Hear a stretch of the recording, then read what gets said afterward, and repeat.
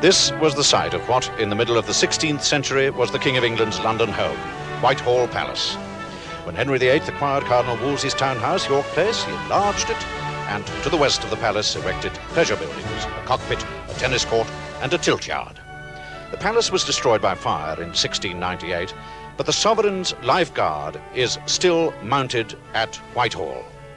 And the new Horse Guards building, dating from the 1750s, which so successfully reflects in style the days of the Tudor and the Stuart kings, still echoes daily to the sounds of royal ceremonial. And once a year in June becomes the setting of the most famous military parade in the world, when men of all the Guards regiments which are not serving abroad parade in scarlet between Whitehall, in London's largest open space, between Whitehall and the Park, which Henry VIII reclaimed from swamp and fenced in as a deer park, St. James's Park. It was on a Saturday morning in early summer 223 years ago that King George III and his large family moved from St. James's Palace, the royal home after Whitehall, into Buckingham House, a long, rambling palace flying the royal standard. And on this Saturday morning in high summer, Her Majesty Queen Elizabeth II sets out escorted by a household cavalry on the 15-minute walk to Horse Guards for the Queen's birthday parade of the Household Division. There are 8 guards on parade, drawn from 3 of the 5 regiments of foot guards. Guards number 1 and 2 are found by the 1st Battalion of the Senior Guards Regiment, the Grenadier Guards. Number 1 guard is also the escort for the colour. In 1656, when Charles II was in exile, he raised a regiment from among his followers called the Royal Regiment of Guards. On his return, it became part of the 1st Regiment of Foot Guards, until the Battle of Waterloo in 1815, when, after defeating the Grenadiers of Napoleon's Imperial Guard, the regiment's title was changed to 1st or Grenadier Regiment of Foot Guards. They were given the black bearskin cap and white plume. In the Crimea, the 3rd Battalion fought in every battle. And in the South African War, the Grenadiers earned further distinction and, of course, in 2 world wars, being awarded no less than 76 battle honours in 300 years of service. Today, the Grenadiers wear the uniform common to all Guards regiments, scarlet tunic and black bearskin. But they wear a grenade fired proper on their dark blue collars, and their buttons are evenly spaced above the white leather buff belt. Guards 5 to 8 on the north of the parade and the corner guard facing east are found by the 1st and 2nd Battalions of the Coldstream Guards. Monk's regiment was formed in 1650 as part of Cromwell's Model Army. It served the Commonwealth for 10 years, then marched south from Coldstream to the capital under General Monk to ensure the free election of the Parliament which restored the monarchy. In 1661 they became King's Men, and 9 years later, when Monk died, were called the Coldstream Guards. They too fought at Waterloo, their shakos clad with oilskins against the foul weather. By 1831 they were also wearing the bearskin. They fought in the Crimea alongside the Grenadier and Scots Fusilier Guards at Alma, Inkerman, Sebastopol. Also, they fought in South Africa and in 2 world wars, and in Malaya and the Middle East since. Their motto is a proud one, Nulli Secundus, second to none. The Coldstreamer's uniform differs from the Grenadier, whom you see here. On his collar, he wears a garter star, a rose on his epaulet, and his buttons are in 2s.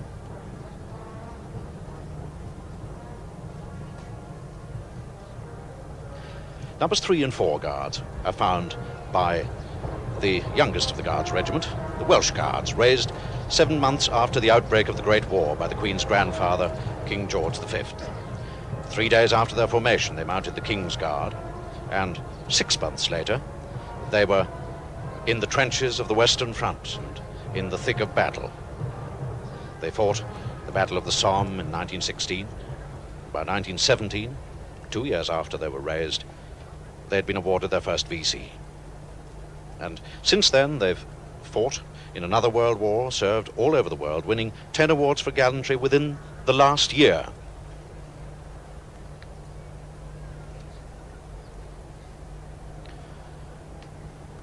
The Welsh Guards, with buttons in fives, they are the 5th Regiment of Foot Guards, and they wear the leek, that Welsh emblem for over 1300 years, on collar and epaulet. The motto of the regiment: Wales forever. So 3 guardsmen from the 3 regiments on parade, who look so similar from afar, but now you can begin to note the little differences that are so important to the individual regiments. The colour to be trooped today is the first, or Queen's colour of the 1st Battalion, the Grenadier Guards, presented by Her Majesty the Queen at Buckingham Palace in 1967. It is positioned in front of number 8 Guard, and directly opposite them, in front of the back garden wall of Downing Street, are the massed bands from all 5 Guards regiments. 260 musicians, 100 more in the Corps of Drums. The drum majors in their splendid state clothing, velvet caps, gold coats, aprons of scarlet and gold, white knee breeches and gaiters. These splendid uniforms which they wear only when the Queen is present, which she will be at any moment. Commanding the parade in the centre of Horse Guards, the Field Officer and Brigade Waiting, Lieutenant Colonel Bernard Gordon Lennox, who joined the Grenadier Guards in 1953 and is the 10th member of his family to serve with the regiment. He's riding Mistral, horse which he's ridden before on Horse Guards when he was Brigade Major, responsible for organising this parade.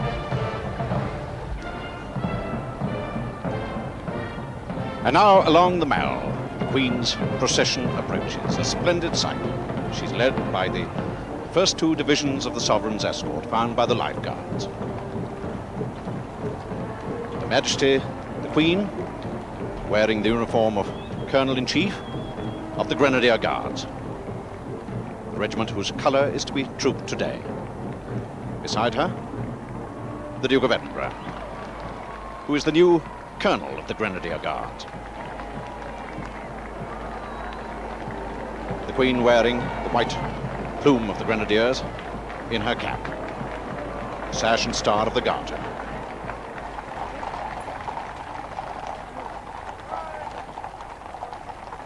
As the Sovereign's escort arrives at Horse Guards Parade,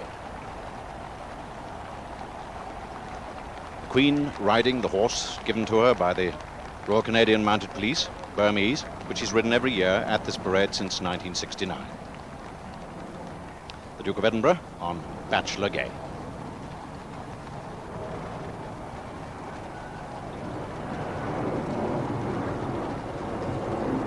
And already in the Major General's office, her mother, Queen Elizabeth, the Queen Mother, and her 2 sons, Prince Andrew and Prince Edward, Princess Margaret and her 2 children, are awaiting.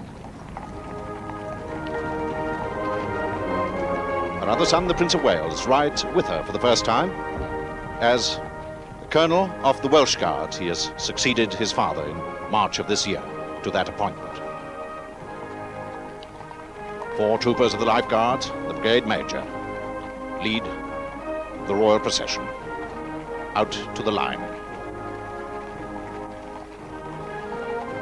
Behind the Duke of Edinburgh, the Prince of Wales,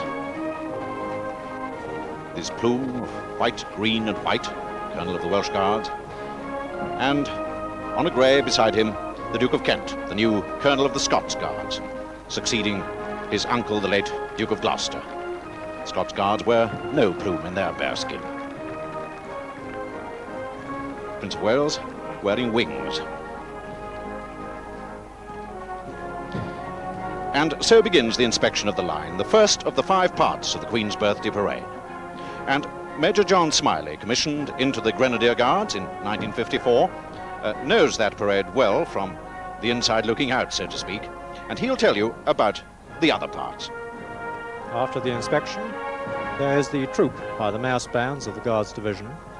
Then there's the actual trooping the colour ceremony, from which the parade gets its name.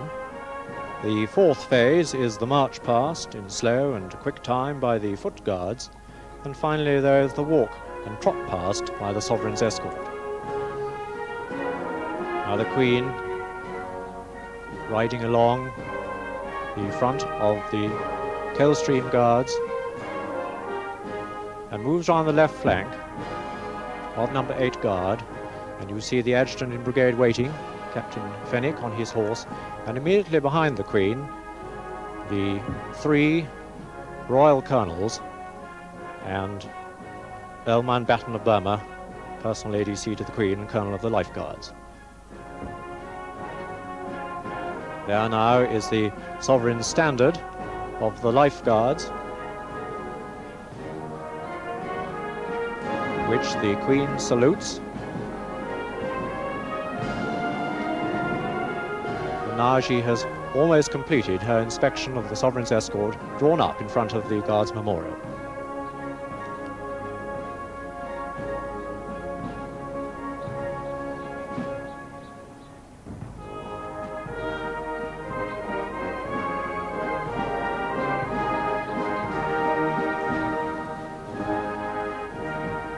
The Duke of Edinburgh also wearing wings, and the Major of the Parade's horse being somewhat fractious. As the little procession makes its way back to the saluting base beneath the window of the Major General's office. 2 very critical brothers, no doubt, looking down on this parade, watching their elder brother riding in it for the first time. And when the escort and the attending officers have taken their position, the troop will begin, as distinct from the trooping. This is a musical display by the massed bands, countermarching in slow and quick time. The massed bands of all 5 Guards regiments.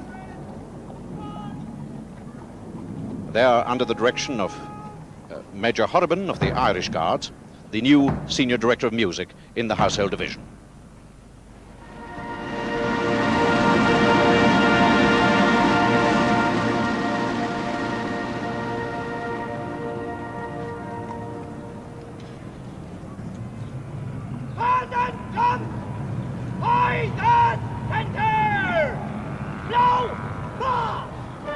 Senior Drum Major of the division, Drum Major Trussler, gives the command, and the traditional slow march is the Huguenots.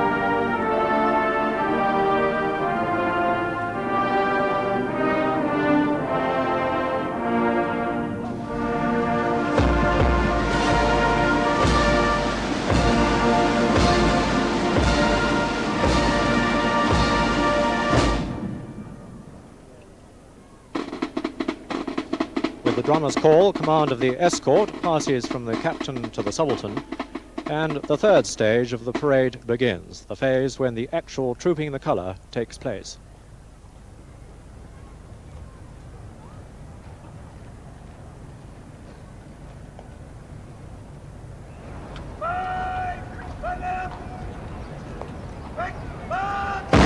The escort marches forward, commanded by the subaltern, Lieutenant Lesinski, who won the Sword of Honour at Sandhurst and was commissioned into the Grenadier Guards in March 1973.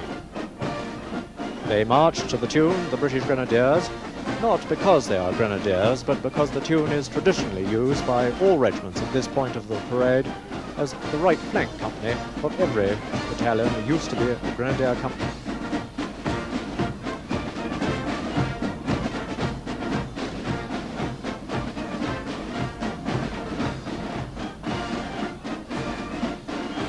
As soon as they are in line again, they will mark time in order to allow the mass bands to cross their front.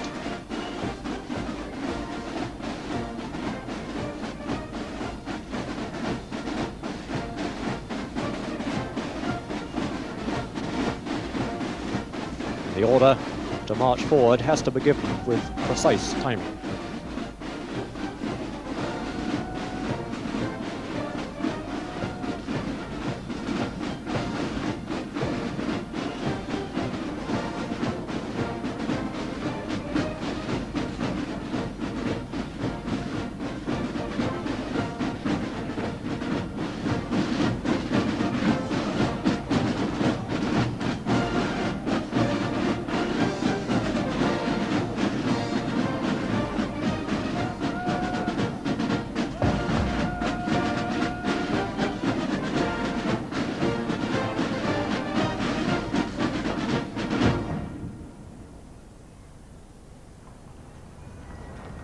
Now, Regimental Sergeant Major Holloway, who joined the regiment in 1951 and who with 2 years broken service completes 22 years service in the regiment this year, marches round the left flank and will take the colour from the escort, who is Sergeant Masterman, and hand it to the ensign.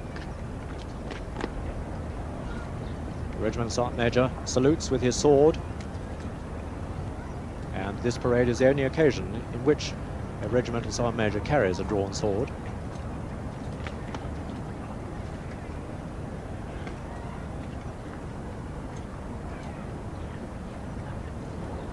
The ensign, wearing the white colour belt,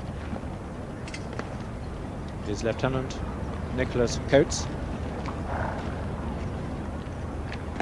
who joined the regiment in 1972. Having received the colour, apart from 2 short periods, when he will have the colour at the carry for about 45 minutes, something which requires no mean physical effort. And having received the colour, the subaltern will order the escort to present arms, and you will notice the 4 flanking non-commissioned officers turn outwards and come to the high port, symbolising the escort's protection of the colour.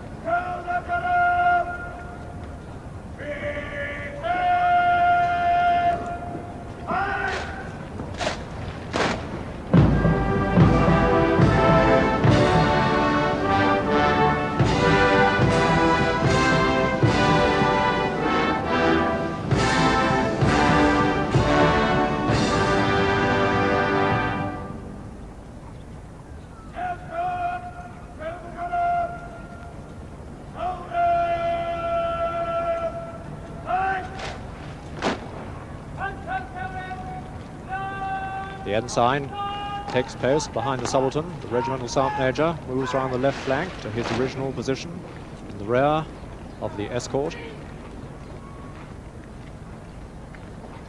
The sergeant who was holding the colour and the 2 sentries move to their positions among the ranks.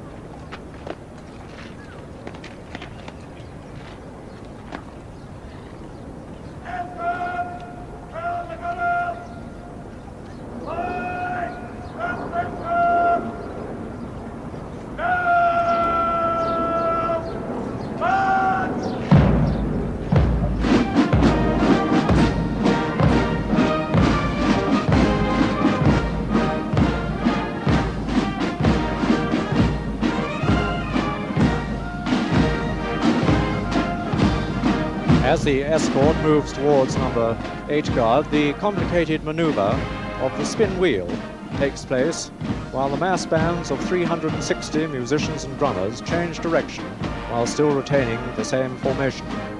The details have never been committed to paper, but the technique is handed down over the years by word of mouth.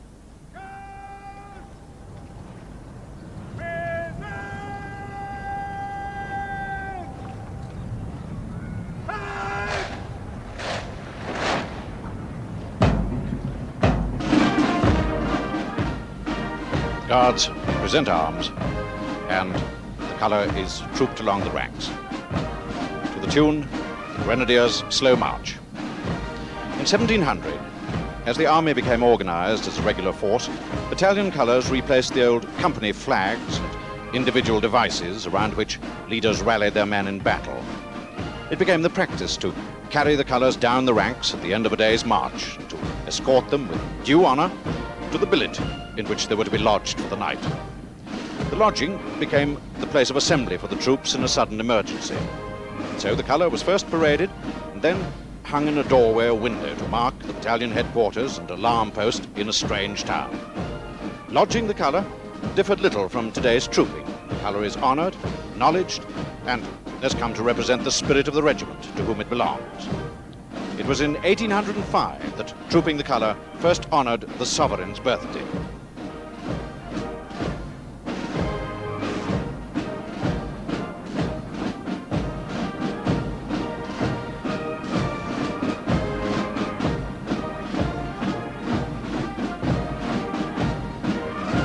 Queen's colour of the 1st Battalion, the Grenadier Guards, with the 44 battle honours awarded to the battalion since 1680. The escort now approaches its original position on the right of the line, and the captain, who has resumed command from the subaltern, will order the escort to present arms.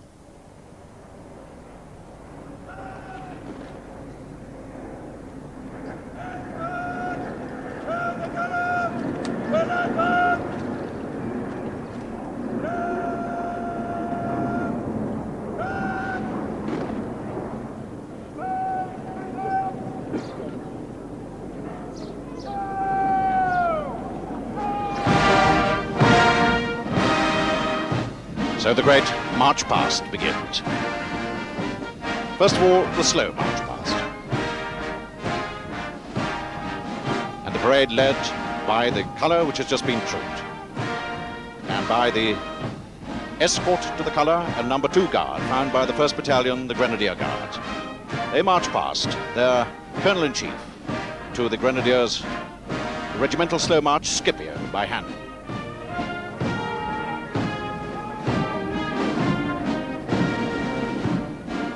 There you see the colour. In the centre, a golden crown. Beneath the crown, a flaming grenade. And on either side, the battle honours.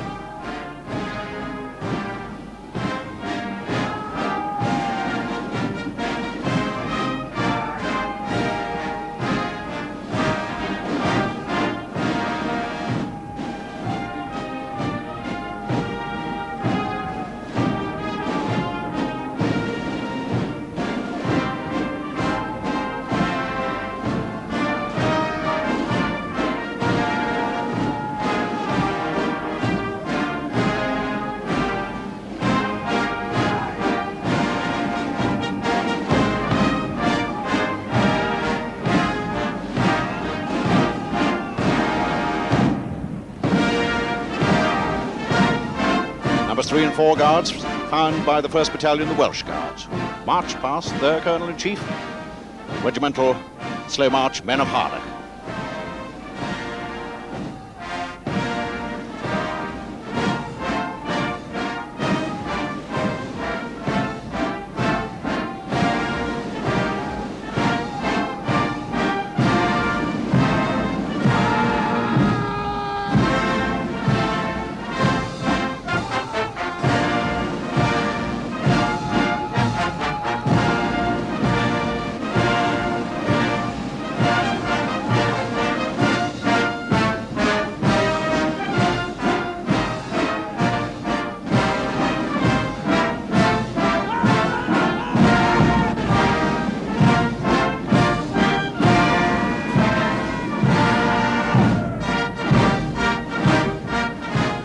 5, 6, 7 and 8 Guards are found by the 1st and 2nd Battalion, the Coldstream Guards.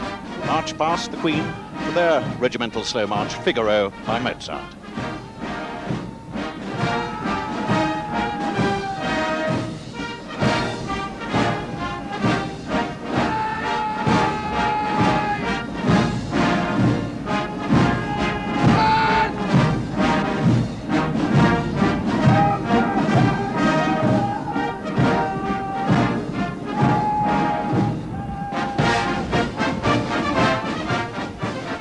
And now the quick march past. To the tune the British Grenadiers. The men of the 1st Battalion, the Grenadier Guards. Escort colour number 2 Guard. March past the Queen and past their new Colonel, the Duke of Edinburgh.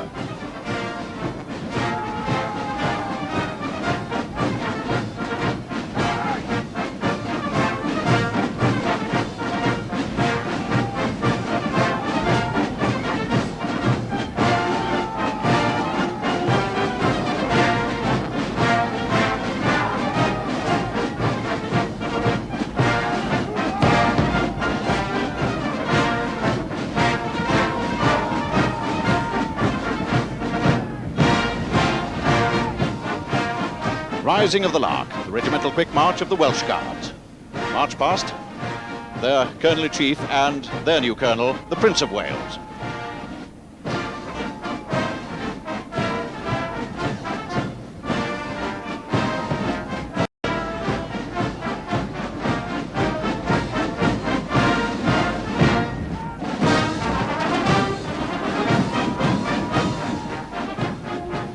Remaining 4 Guards, found by the men of the 1st and 2nd Battalions, the Coldstream Guards, who march past their regimental quick march, Milanolo.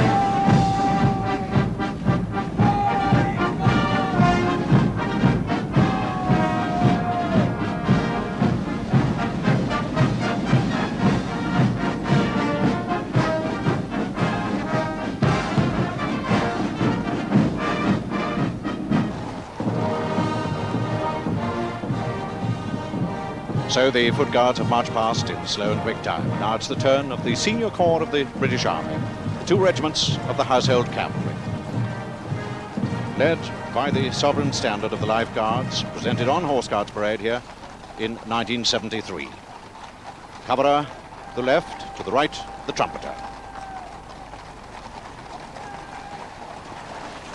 The 1st and 2nd Divisions, the Sovereign's escort.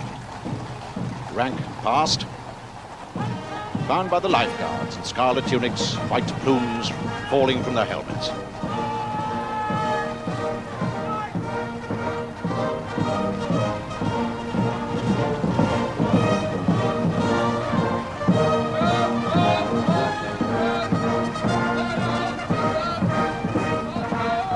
Regimental slow march of the Life Guards.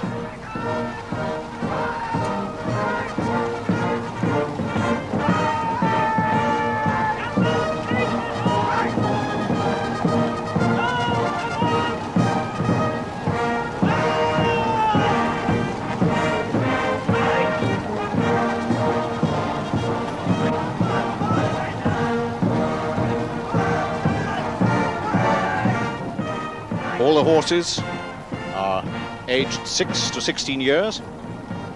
They're mostly black, and many of them come from Ireland. All those who joined since last September have names beginning with the letter A. Blues and Royals, blue tunics, red plumes from their helmets. And at the rear of the Blues and Royals, the 2 farriers of the 2 regiments, with the gleaming implements of their trade. Blues and Royals farrier with the red plume, the Life Guards farrier with a black plume, both with blue tunics.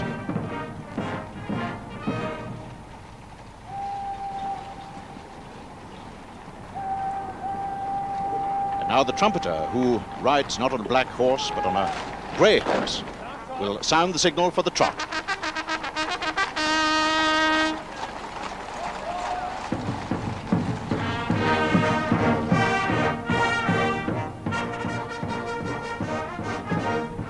Massed mounted band of the two regiments in the centre of the parade ground. The two drum horses at the front, Hector and Hercules. And the trot past begins to the tune Guildhall by Major Richard, who is the director of music of the Life Guards and is directing the mass bands of the mounted regiments today.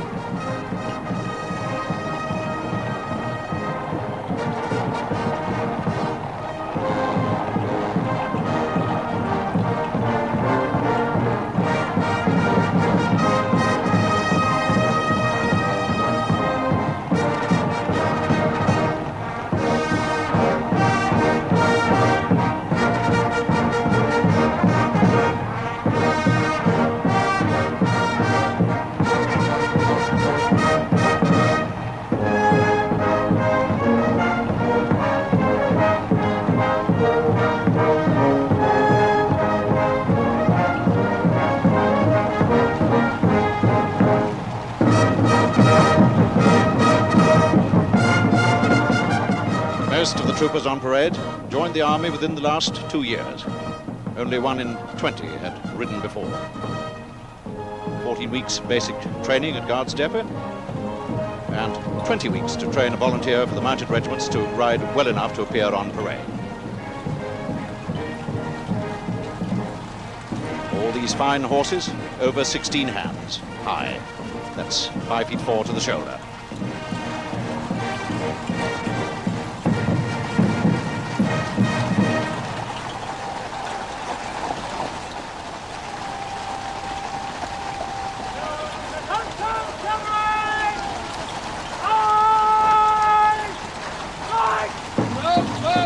Household cavalry trot past to the traditional tune, the Keel Road.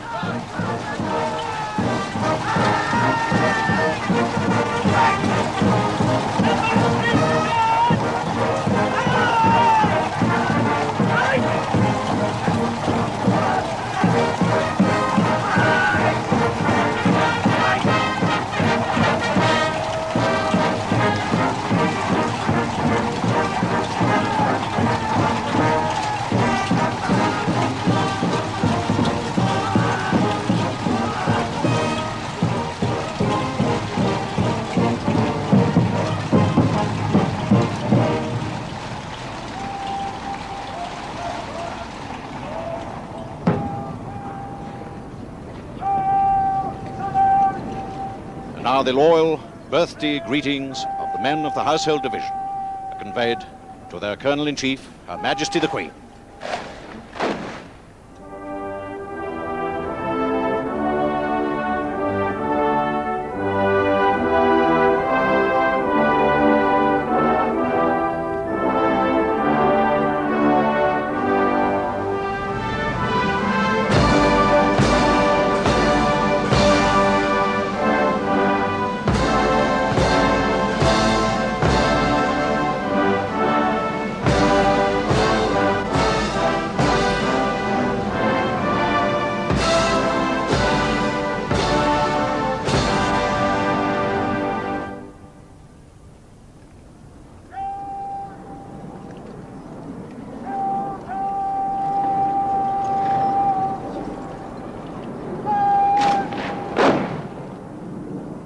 So another Queen's Birthday Parade comes to an end.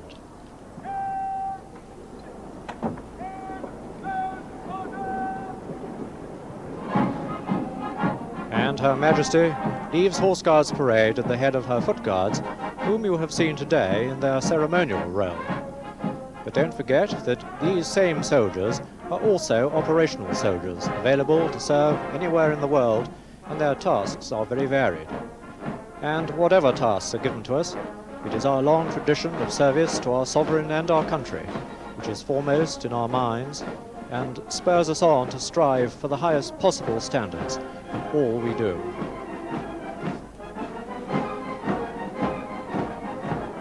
And so the end of this colourful ceremonial, a pageant, some may think, of days that are gone, a glory that was. But perhaps instead a timely reminder of something that the British people can still do rather well, and which is not only a military parade, but a fine display of those enduring human qualities, skill, precision, discipline and service, which have delivered our nation from adversity more than once in days gone by.